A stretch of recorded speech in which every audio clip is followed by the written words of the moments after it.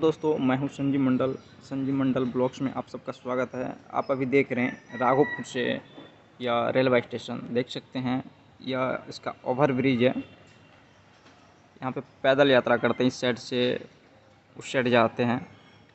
और यहाँ पे 3 प्लेटफॉर्म बनाया गया है। प्लेटफॉर्म नंबर 1 है और ये सामने देख सकते हैं प्लेटफॉर्म नंबर 2 है, और उसके बाद जो है प्लेटफॉर्म नंबर 3 है यहाँ पे। और इस सीढ़ी से उतर के आप राघोपुर मार्केट जा सकते हैं।